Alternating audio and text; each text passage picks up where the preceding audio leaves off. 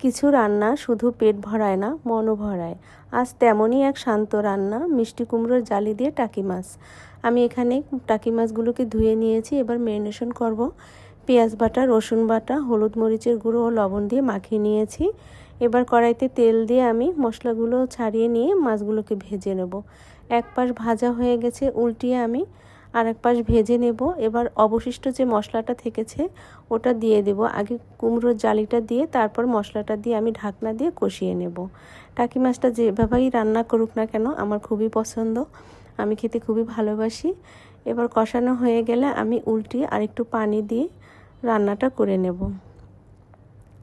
এবার আমি কয়েকটি কাঁচামরিচ দিয়েছি। চুলার আঁচটা লো ও মিডিয়ামের মাঝামাঝি রেখে বাকি রান্নাটা করে নেব। নামাবার আগে অবশ্যই ধনিয়া পাতাটা দিতে হবে, কারণ শীতকালের সবচেয়ে পছন্দের খাবার হলো ধনিয়া পাতা দিয়ে রান্না। আজকের ভিডিওটি কেমন লেগেছে কমেন্টসে জানাবেন।